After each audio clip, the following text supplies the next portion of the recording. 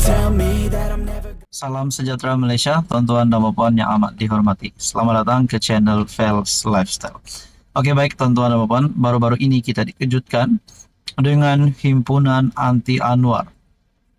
Himpunan untuk memprotes kerajaan, himpunan untuk menjatuhkan kerajaan. Kononnya Anwar Ibrahim ini tak reti jadi Perdana Menteri dan perlu dijatuhkan. Saudara-saudara, saya pun hairan juga. Berkaitan dengan ini, saya hairan kenapa ramai yang nak tumbangkan PMX, sedangkan Datuk Seri Anwar Ibrahim bermati-matian mahu menyelamatkan Malaysia dari keruntuhan dan kejatuhan ekonomi. Sudah pasti, yang mahu jatuhkan Anwar adalah daripada pembangkang. Namun saudara-saudara, berkaitan dengan himpunan anti Anwar, baru-baru ini saja pun peguam yang menganggap Anwar scammer disiasat oleh polis. Dan begitu juga saudara-saudara, kita juga dengar baru-baru ini berkaitan dengan himpunan anti Anwar 2.0 yang diadakan di Tambun. Rasanya belum kedengaran pun ada himpunan itu dilakukan dan belum ada kabar pun adakah himpunan itu dibatalkan.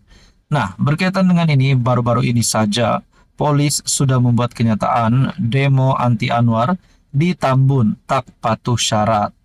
Nah, baru-baru ini pun himpunan anti Anwar yang dilakukan di Putrajaya, kalau saya tak silap, tak sampai pun 500 orang yang hadir. Bahkan ada yang membuat kenyataan melalui ruangan komen di seluruh media sosial dan juga di dalam channel YouTube yang berkata himpunan itu bukannya untuk memprotes kerajaan, melainkan untuk menyelamatkan tengkuk, menyelamatkan diri sendiri. Ada juga berkata himpunan ini bukan untuk menjatuhkan Anwar, melainkan menyelamatkan diri sendiri dan kroni. Ada yang kata menantu, menyelamatkan ahli keluarga dan sebagainya. Jadi aku pun hairan juga. Adakah himpunan anti Anwar ini yang kononnya diadakan di Tambun ataupun himpunan anti Anwar 2.0, himpunan selamatkan Malaysia ini dibatalkan. Sudah polis membuat kenyataan demo anti Anwar di Tambun tak patuhi syarat. Jadi selepas ini mana-mana demo ataupun himpunan yang dilakukan yang mungkin dijangkakan tidak mendapat kehadiran yang memberangsangkan. Kalau benar ada himpunan anti Anwar 2.0 ini pada masa akan datang, berapa ramai yang nak hadir? Dan sudah pun beberapa pemerhati politik berkata, perkara ini hanya buang masa, buang tenaga, buang wang, dan buang masalah terutamanya. Lebih baik tak perlu hadir perhimpunan ini. Kenapa nak sangat jatuhkan Perdana Menteri? Sedangkan Anwar Ibrahim dalam keadaan yang berusaha untuk menyelamatkan ekonomi Malaysia. Bahkan pada bulan Julai ini sahaja banyak berita baik yang kita lihat melalui perkembangan ekonomi terkini di Malaysia. Jadi saudara-saudara, Anda boleh komen, adakah Anda setuju himpunan ataupun demo anti Anwar ini diteruskan? Tidak kira di Tambun, di Putrajaya, di hadapan rumah Perdana Menteri ataupun di mana-mana. Adakah himpunan ini relevan untuk dilakukan? Kalaupun benar, ada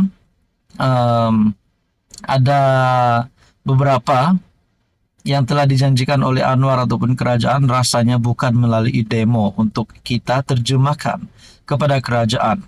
Mungkin ada cara yang lain. Caranya Anda boleh komen di bawah macam mana cara supaya himpunan ataupun demo ini bukan menjadi salah satu option pilihan untuk menerjemahkan suara rakyat. Jadi saudara-saudara yang amat dihormati, tuan-tuan dan puan, menurut Anda perlukah demo ini dilakukan ataupun tidak? Kerana ini sudah pasti membuang masa menurut beberapa komen daripada pemerhati politik. Secara pribadi, pandangan secara pribadi rasanya tak perlulah demo itu ini.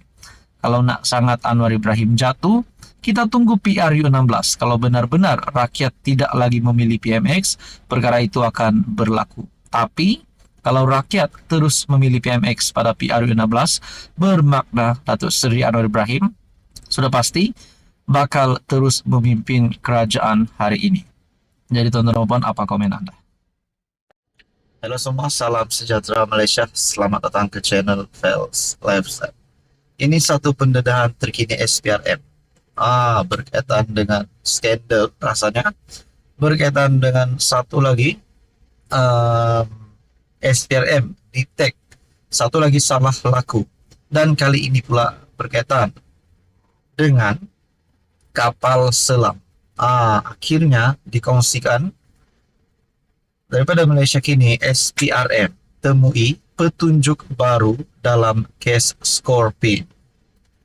Suruhanjaya Pencegahan Rasuah Malaysia dilaporkan memperoleh petunjuk baru dalam siasatan mengenai pembelian kapal selam kelas Scorpion oleh Malaysia dari Perancis. Laporan oleh The Star yang memetik sumber yang mempunyai pengetahuan tentang siasatan itu menyatakan badan tersebut sedang menyiasat sebuah syarikat tempatan yang dipercayai telah membayar RM42 juta tanpa pengetahuan lembaga pengarahnya. Lebih menariknya, tuan-tuan dan puan, ada dikongsikan di sini. Laporan tersebut menyatakan bahwa jumlah yang didakwa di seleweng itu adalah sebahagian daripada kontrak bernilai RM530 juta untuk perkhidmatan sokongan berkaitan dengan pembelian kapal selam tersebut. Pembayaran tersebut dipercayai telah dibuat kepada syarikat-syarikat milik ahli keluarga, pemilik syarikat berkenaan yang membuat pembayaran itu. Berdasarkan perkembangan terbaru ini, SPRM akan memanggil beberapa saksi. Malah kami telah mengenal pasti beberapa daripada mereka dan telah merekodkan kenyataan mereka, kata sumber yang dipetik. Pembelian 2 kapal selam tersebut berlaku ketika Najib Razak menjadi Menteri Pertahanan pada 2002. Kedua-dua kapal selam yang dinamakan KD Tunku Abdul Rahman dan KD Tun Razak tiba di Malaysia masing-masing pada bulan September 2009 dan Julai 2010. Namun, pemerolehan kapal selam tersebut telah dilanda kontroversi di Malaysia dan Perancis.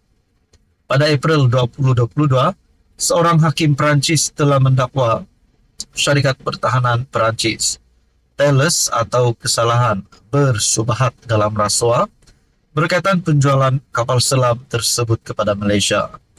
Thales pada masa itu berkata, sangat membantah tuduhan tersebut. April lalu, kata Ketua Pesuruhjaya SPRM Azam Baki berkata, Suruhanjaya itu masih aktif menyiasat kes tersebut. Kes masih berjalan, yang mana kita sebenarnya masih berhubung dengan pihak-pihak luar negara bagi mendapatkan maklumat keterangan tentang beberapa transaksi, katanya di lapor media. Jadi saudara-saudara, ini satu lagi pendedahan daripada SPRM yang pasti mengejutkan. Dan ini berlaku pada era Najib Razak menjadi Menteri Pertahanan. Persoalannya, kalaulah ini ada lagi jerum ataupun perasua ditangkap, adakah SPRM tidak lama lagi akan mengumumkan tangkapan terbaru kepada mana-mana kaki-kaki sakau, mana-mana jerum ini? Itu menjadi persoalannya. Jadi saudara-saudara, apa komen Anda berkaitan dengan isu ini?